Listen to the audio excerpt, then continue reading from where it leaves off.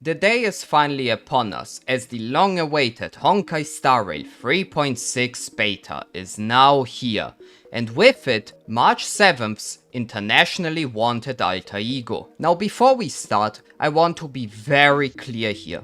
This is the V1 beta, which is why this is going to be way more hinged. Doom posting before V3 is in my opinion always cringe, because V3 changes can completely turn a character around.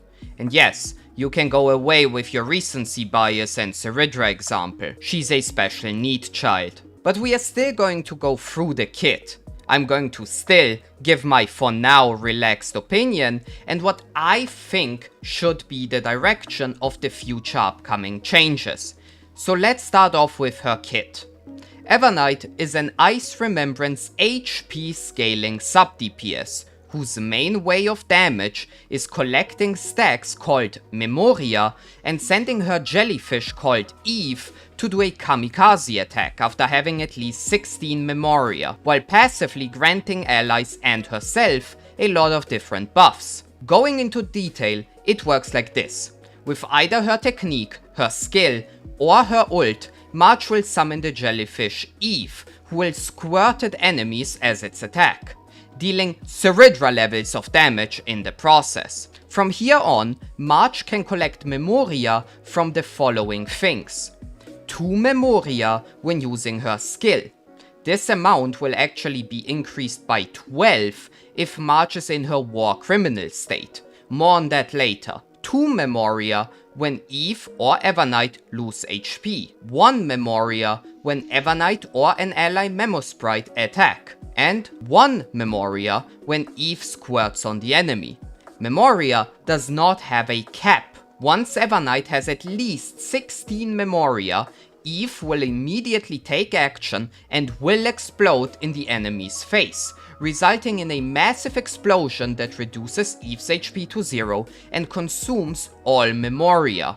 For each stack of Memoria consumed, the damage of this attack will get increased by 7% of Eve's HP for the primary target. Evernight's ult will deal AoE damage to all enemies, and allow her to temporarily enter the war criminal state, granting her 2 stacks of September 11th, 1 for each tower. During this state, Eve will change its color to red to match the blood of all slain innocent souls, and will significantly increase its damage dealt. Every time Eve does its suicide bomb attack, Evernight will consume 1 stack of September 11th. If Evernight takes a turn and does not have any stacks anymore, she will leave her war criminal state and will lose all the damage buffs. So the TLDR is that you want to be in her ult state as much as possible, while also collecting as much Memoria as possible to maximize her jellyfish explosion attack. With her skill granting her 14 Memoria, it's going to be your main way of gaining them, especially because Evernight does not consume skill points just like Casterus. So that's the kit. Let's now talk about the big thing. Her scalings are horrendously low, which is the main reason for her being a sub-DPS. She can somewhat balance it out though thanks to the absurd amount of buffs in her kit, but is 100% meant as a sub-DPS for Casterus, reaching about 50% of Casterus' damage at E0. With Evernight and Halcyon, Casterus reaches basically permanent Netherwing uptime, and Netherwing will profit off of all the different Evernight buffs, while at the same time generating some Memoria for Evernight. Her being used in a Casterus team becomes even more apparent with her last trace, which gives you crit damage for all Memosprites based on the amount of Remembrance characters on your team, capping at a full 4-man Remembrance team, which at this point is basically Casterus, Evernight, Remembrance Trailblazer, and Halcyon. Now the good thing is you only lose 10% crit damage for going with 3 instead of 4, meaning that you can just run a Tribi for example and play Evernight as a main DPS. So let's finally talk about it. Is Evernight strong? Yes, absolutely. She's a significant upgrade to your Casterus team without a doubt. Playing her as a main DPS is in theory possible if you invest enough into her. Her E2 makes her an actually full-on viable main DPS by increasing every Memoria gain by 2 and giving her 2 more ult stacks, meaning that she can now use the enhanced detonation 4 times instead of 2. Meaning that you have a longer period where her skill now gives 16 Memoria per cast, increasing her own personal damage by a ton. Her E6 is also massive by refunding 30% of all Memoria consumed. But it's an E6, so yeah. It's not impossible to use her as a main DPS, but I do think she's boring because she feels like a mini Casterus downgrade. Less damage, needs E2 to even become viable as an actual main DPS, but has the same gameplay pattern of trying to detonate her Memo Sprite as fast as possible and even using the exact same team as Casterus. The only difference is basically that Casterus is better at single target damage thanks to her bounce, while Evernight does better in AoE, making her a bit more solid in pure fiction. But overall, no matter how you look at this, it's boring.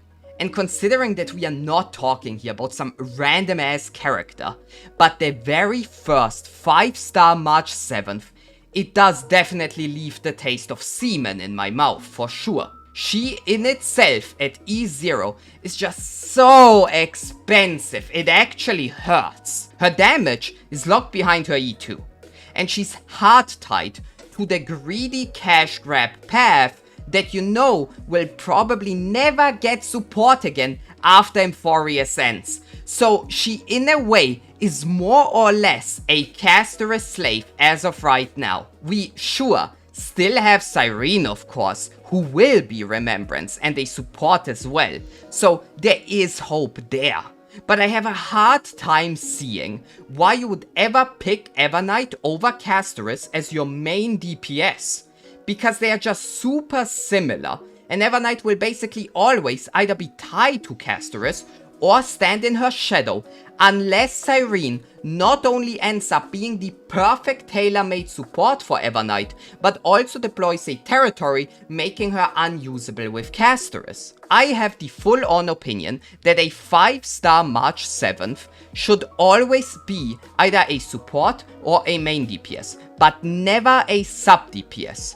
And so with what March 7th is at the moment designed to be, she is incredibly strong, there's no denying that. But I am disappointed. And I think it's completely understandable that I'm disappointed. And I would want for her to be more unique and not be a Casterus side grade. Especially with how restrictive and expensive her team building is. So all in all, she's a very strong addition for Casterus players.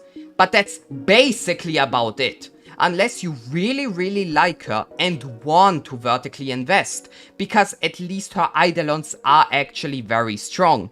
But because it's March 7th, I am incredibly disappointed with the current direction of the kit, because I firmly believe a 5-star March 7th deserves way more than just being a super niche sub DPS without much room for future improvement, especially how much hype Evernight induced, at least for me, in 3.5. Keep in mind that power-wise, she will also probably be the first one to fall off, as she really cannot upgrade her team after Cyrene, unless they keep making Remembrance characters, and because she already now needs Eidolons to compete with 3-point DPS characters in the main DPS role. As I said, these are just some concerns I have at the moment, and I believe and hope that we will get more personal buffs in V3, as that's basically the only main issue people, including me,